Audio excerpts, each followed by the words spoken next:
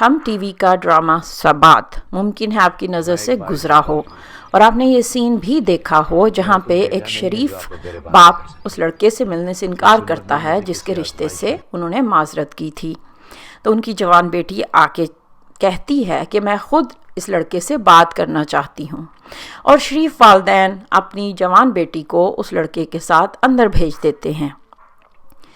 اس چیز کو نارمل کرنے کی کوشش کی جا رہی ہے کہ لڑکے لڑکیاں تنہائی میں ملیں اور اپنے معاملات خود ہینڈل کریں، ان کو بزرگوں کی اس طرح سے ضرورت نہیں ہے. دو ہی باتیں ہیں جن کو اگر کوئی بھی معاشرہ اپنا لے گا تو وہاں بگاڑ یقینی ہے.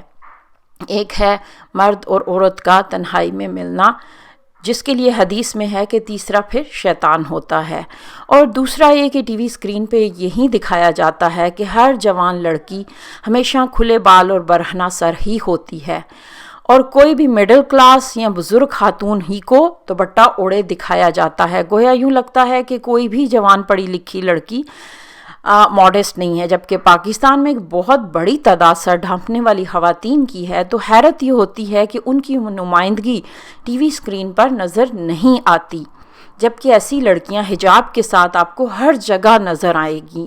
ہمیں مل کے اس ایشو پہ آواز اٹھانی ہوگی.